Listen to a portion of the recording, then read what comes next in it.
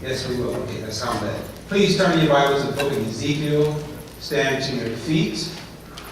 We're going to read chapter 2, verses 3 through 10, and we'll go on from 3 to 11. So we got some reading to do. Ezekiel chapter 2, we're going to read verses 3 through 10. And then we're going to continue on to chapter 3, verses 1 to 11. Amen? Anybody here see the movie Titanic? What about Dancing with Wolves? NWA movie? No, Moses, you see those movies, right? Did you watch them into their entirety? Good. That's how long I'm going to be. No, I'm just kidding. If you can say the whole movie, you can say the word of God. Amen? Amen. All right. Ezekiel chapter 2, verses 3 through 10, and then chapter 3, 1 through 11. Are you ready? And he said unto me, Son of man, I send thee to the children of Israel, to a rebellious nation, that have rebelled against me. They and their fathers have transgressed against me, even unto this very day. Responsive reading, my bad. Responsive reading, my bad. Read verse 4.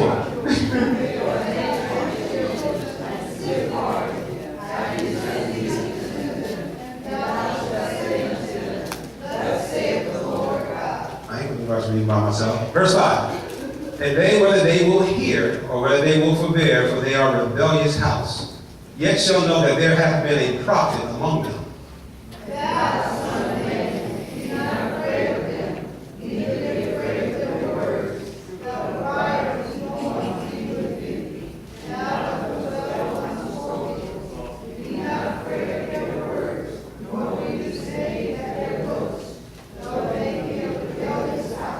And thou shalt speak my words unto them, whether they will hear or whether they will forbear, for they are most rebellious.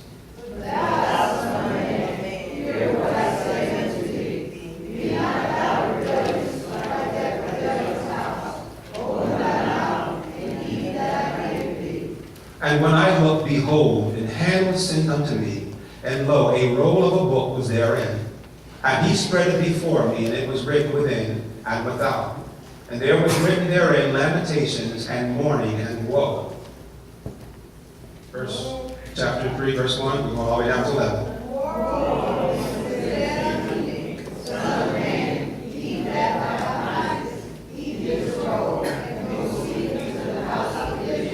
So I opened my mouth, and he caused me to eat that roll.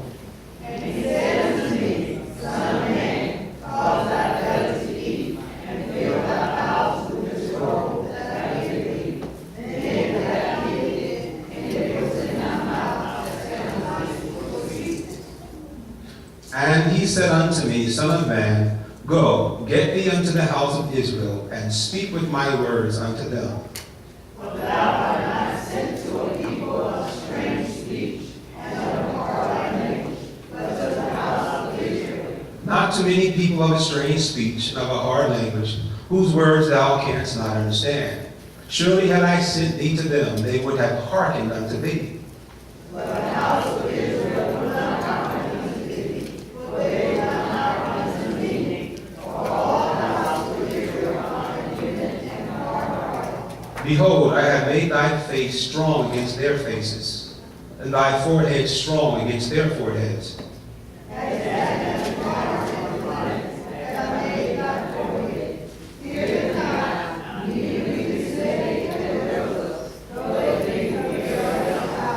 Moreover, he said unto me, Son of man, all my words that I shall speak unto thee, receive in thine heart, and hear with thine ears. All together, verse 11. And go, get thee to them of captivity, unto the children of thy people, and speak unto them, and tell them, Thus saith the Lord God, whether they will hear or whether they will forbear. You may be seated in the presence of the Lord. Thank you. And we read a lot, right? But when it says the house of Israel, they are talking about the people of God. We collectively can be found in those verses that we read. Preacher, is it hard to preach to God's people the word of God? Come on, man. Is it not? It's not easy standing up here. Everything he said, the looks, the hard faces. Some born with hard faces, can't help that. The looks, the hard faces. You know, they don't want to hear what you got to say. Why? Because it's correction. This is 1,000 years old. But yet it's applicable today to this church. And all the churches. Rebellious. Know the word of God, but won't do it. Amen? All right, so I'm going to run through these verses. I promise you won't be here too long. Like I said, Titanic was 3 hours. I'm going to keep it under 2. All right, I'm going back over verses. Bring up the first point, please. That's the title. My bad, son. You got it. Hey, the word is perfect, not the vessel. Can I get an amen? Amen. I ain't even sweating. I'm golden. Because my confidence is in the Lord. You're not going to get a perfect preacher to come up here. Then that would be Jesus. And I would need to sit down. So we're going to roll with it. Because I got to get this out. I ain't letting the devil win. So when we get to that first point, tradition, the silent killer. And I'm going to verse 3 of chapter 2 of Ezekiel. And he said unto me, Son of man, I send thee to the children of Israel, the people of God, to a rebellious nation that have rebelled against me. They and their fathers have transgressed against me, even unto this very day. Now, what he's talking about is a learned behavior. What have we taught or been passed on to the next generation? What bad habits have we taught our kids that they've seen us do? You ever heard a little kid use profanity more than an adult? Where did you learn that word from? Look in the mirror. Sometimes they get it from us. Don't you get that one? Look? Remember this? Linda, no, wait, Linda. Remember Linda. No, you can't listen to your mother, Linda. She lies. You can't trust her. Remember that little kid on the internet? Who do you think he got that from? His father. He watched his father bring in explanations, right? So where does all this strange action and disobedience come from? All right, you have the principle of first mention. So we always blame Adam and Eve, right? Because they did it. Well, let's go back further. Let's go back to one of the strongest, tall, bravest cherubims there was. Satan. The devil. He was a cherubim. He was the prince of praise. Music. He was gifted with instruments. But yet he took a third of the angels down with him to this earth. And that's how he wound up talking to Adam and Eve. He said, I want to be like the Most High God. All right, he travels in threes. You didn't have 3 people in the church at the same time. He likes a triangle. The devil does. Father, Son, and Holy Ghost. No, he makes his own. But if you look at a triangle, you got a point at each end, right? But nothing's in the middle of the triangle. A false God, a false prophet. He can make a good sound, yet he's still a devil and a snake. Be not deceived. Remember, the most subtle comes in smooth to deceive you. And that's how he got Eve. And then got Adam. And then the separation came what he wanted in the first place. They stopped having a relationship with God. He had to get them out of my presence till you get it right. And see, here we go 14 times, 14 generations till Jesus came. But it started with somebody who thought they had it going on. Praise! He could. He could play well. But he wanted to be God. He liked the attention. And so God had to put him in his place. But he already did his dirt. He separated. That's what Satan does. He doesn't like us coming together in Christ. And so this behavior went on. And that's why God wanted his people to stay away from the Gentiles. Don't be unequally yoked. He wanted them to stay away. And that's why he did that. Because he knew. All right. We're going to go a little faster.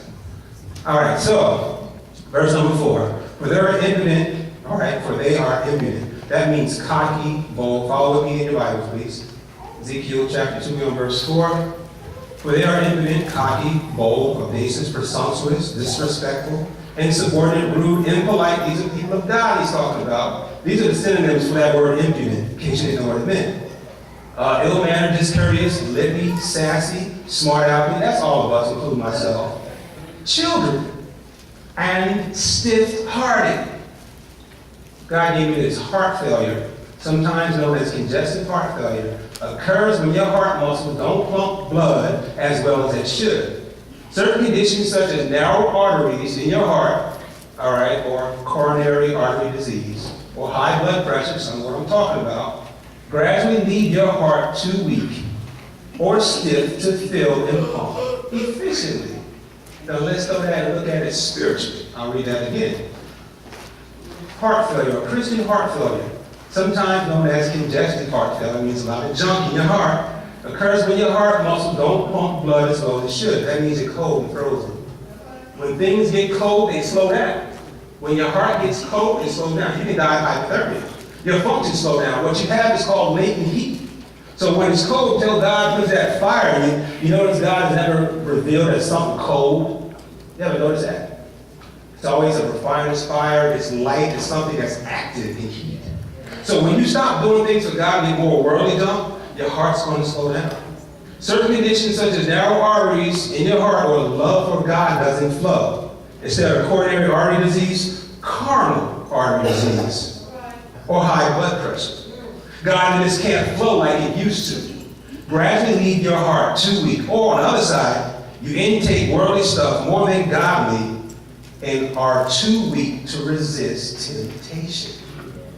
When we fall to temptation, because we haven't eaten our spirit man enough. The Word of God, especially when we get more worldly stuff in. Where our strength come from? Above in God. So the more junk you eat of the world, the less power of God you will have.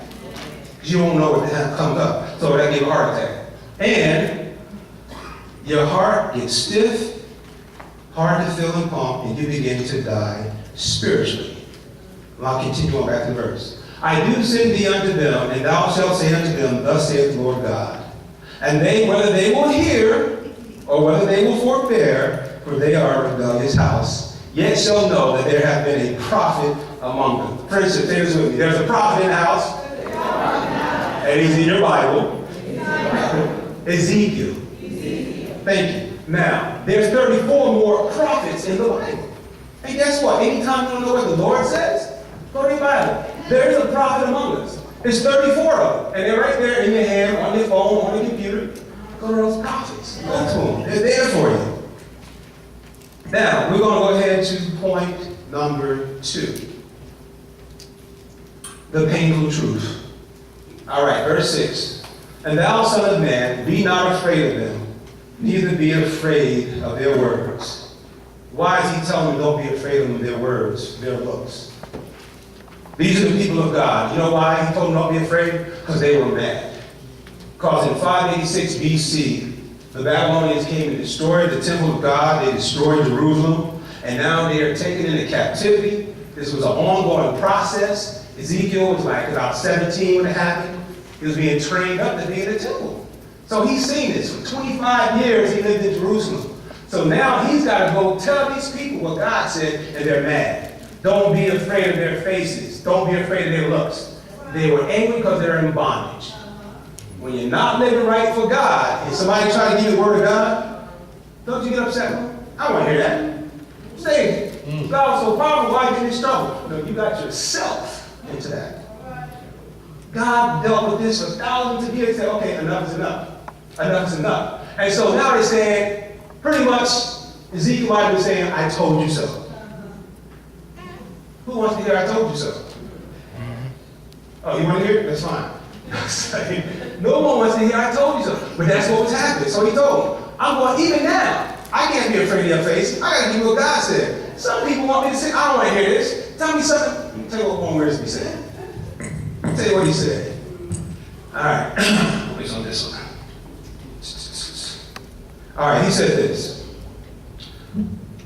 All right.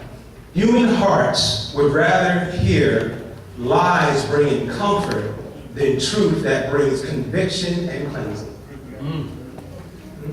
Joel, so you got a great ministry, make you feel good. Yeah, but deal with my sin and my issues. I stand before you not perfect, I deal with stuff myself. But I'm going to run to the Word, which you should do. If you get more worldly stuff in your system than the Word of God, what do you think is going to happen? If you're a born-again Christian, you survive off the Spirit and the Word of God. Jesus said, I'm the bread of life. This is me. He just told him, eat this roll as you read it. You got to eat this stuff on a daily. Tell you what, stop eating for 30 days and see what happens. But you go without the Word 30 days and you begin to get sick and don't realize you're getting sick. All right, I'll go on. Though briars, same verse 6, though briars and thorns be with thee, and thou dost dwell among scorpions. What God gave for the scorpions is this. Scorpions are used to either defend with their tails as a weapon or defense. And they contain neurotoxin. And what that does, that paralyzes the body. It messes up your nervous system, which is through your spine and your brain. Okay, so what he said when he told them, they're like scorpions. They're trying to paralyze his word from coming out of his mouth.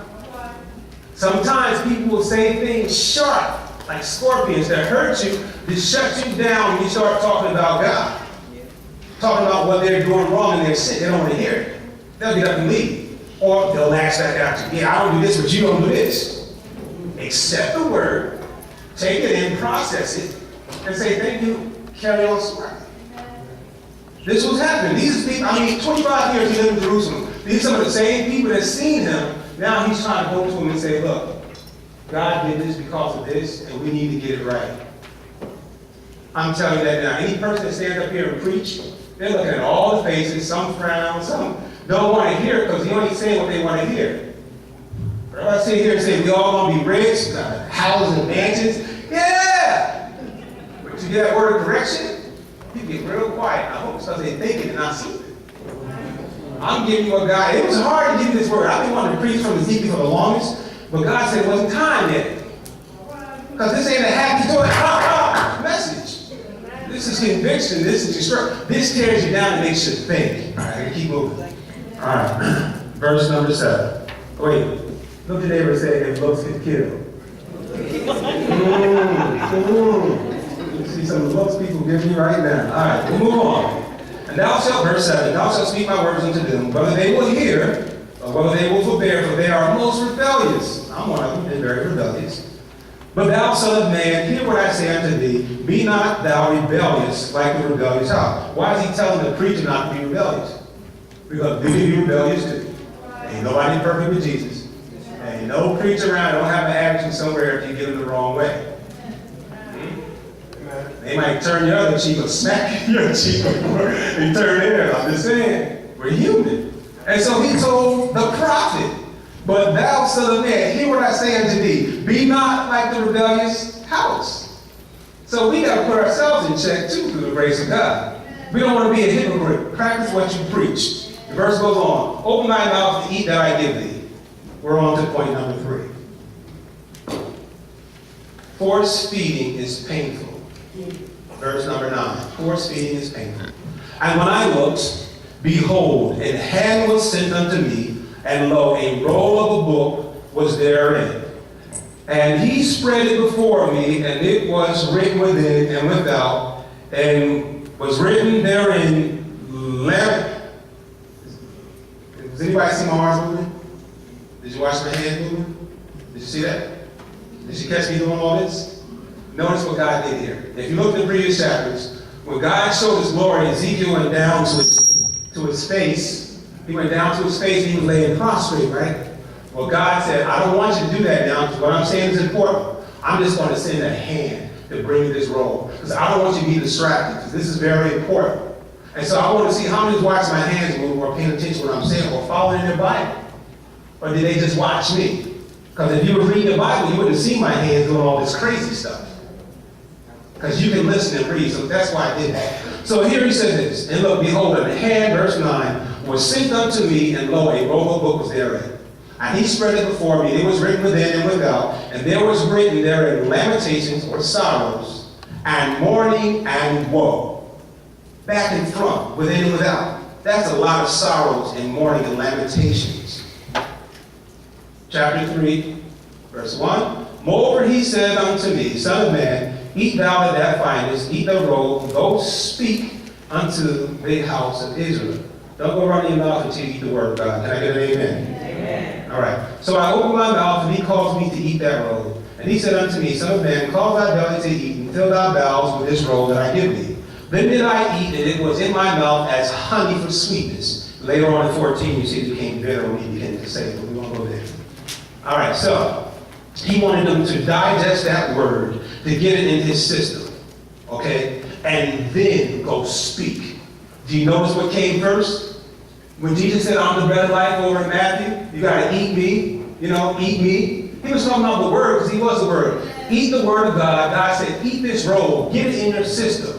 Let your stomach digest it. Go through the small, the large intestines. Let it get filtered out so it cannot leave. I want it to stay in you. Then go speak to my people. Get the Word in you. If somebody say, hey, I want to ask you why, I say, hold on, let me pray before a minute. Or let me get my Bible.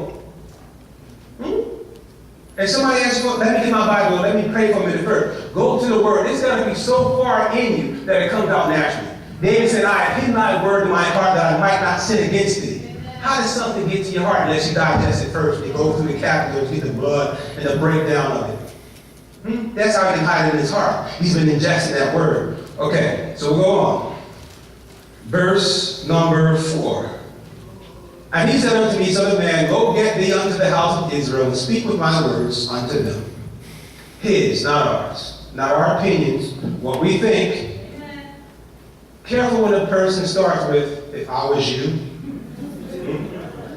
Their next words are either holy or unholy, godly or ungodly. If I was you. If you was you, you do what? Careful. It's either godly or ungodly. All right. Verse 5. Thou art sent to a people, for thou art not sent to a people of a strange speech and of a hard language, but to the house of Israel. God has people around us we know that are unsaved, but how many of us evangelize for them and share the word of God?